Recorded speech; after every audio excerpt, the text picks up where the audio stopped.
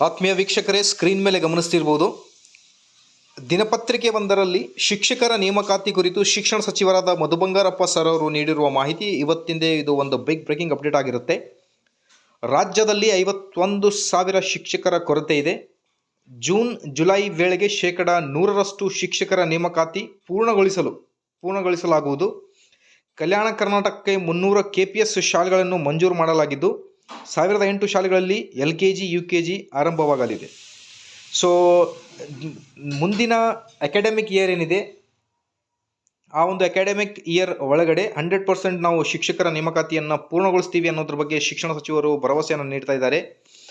ಇದರ ಅರ್ಥ ನಿಮಗೆ ಜನವರಿ ತಿಂಗಳಲ್ಲಿ ಹೊಸ C&R ರೂಲ್ಸ್ ಡ್ರಾಫ್ಟ್ ಏನಿರುತ್ತೆ, ಆ ಒಂದು ಡ್ರಾಫ್ಟ್ ಬರುತ್ತೆ. ಆ ಒಂದು C&R ರೂಲ್ಸ್ಗಳಲ್ಲಿ ನಿಮಗೆ eligibility criteria, qualification in detail ಆಗಿ ಕೊಟ್ಟಿರ್ತಾರೆ.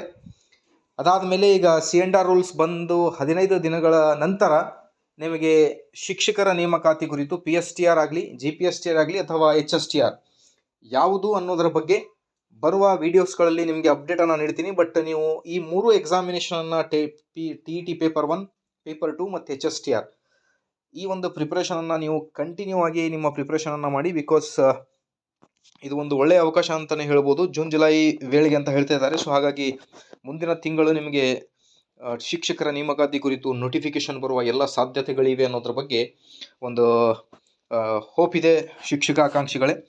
ಸೊ TET ಬಗ್ಗೆಯೂ ಕೂಡ ಬಹಳಷ್ಟು ಶಿಕ್ಷಕಾಕಾಂಕ್ಷಿಗಳು ಕೇಳ್ತಾ ಇದ್ರು. So I think most probably Karnataka TET ಎಕ್ಸಾಮಿನೇಷನ್ನ ಕೂಡ ಆದಷ್ಟು ಬೇಗ ಕಂಡಕ್ಟ್ ಮಾಡ್ತಾರೆ. ಸೊ ಇದೇ ಥರ ಎಲ್ಲ ಲೇಟೆಸ್ಟ್ ಅಪ್ಡೇಟ್ಗೋಸ್ಕರ please like, share and subscribe to my channel. Thank you friends.